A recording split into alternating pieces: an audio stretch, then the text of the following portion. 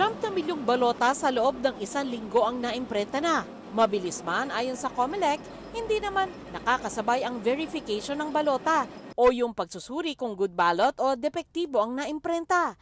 Kaya kukuha ang COMELEC na hindi bababa sa 250 na dagdag sa kasalukuyan nitong 800 verifier ng balota.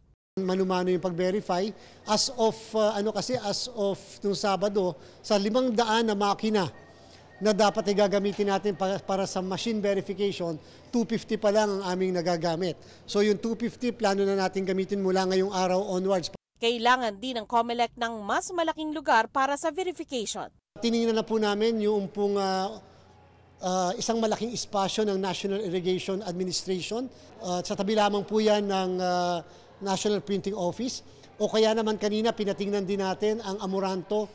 Nabawasan naman ang 7 commissioners ng COMELEC dahil sa pagreretiro ni dating Commissioner Socorro Inting at Marlon Casquejo. Panawagan ni COMELEC Chairman Garcia sa Pangulo na siyang pipili ng kapalit ng dalawa, ikonsiderang kumuha mula sa hanay ng mga naninilbihan na sa COMELEC.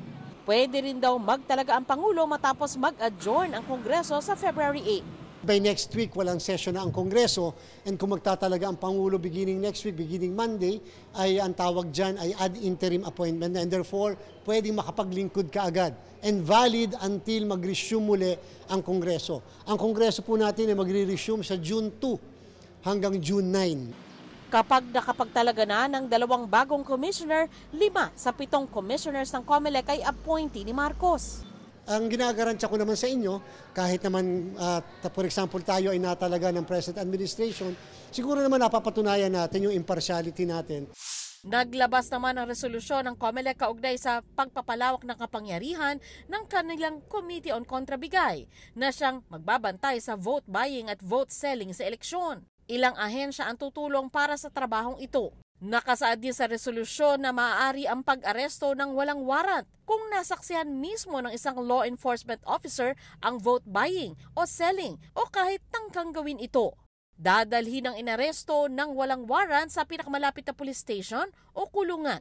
Ang pera, iba pang goods of value, sample ballot, campaign materials at iba pang ginamit sa vote buying o selling ay agad na isasailalim sa custody ng officer na nagsagawa ng pag-aresto.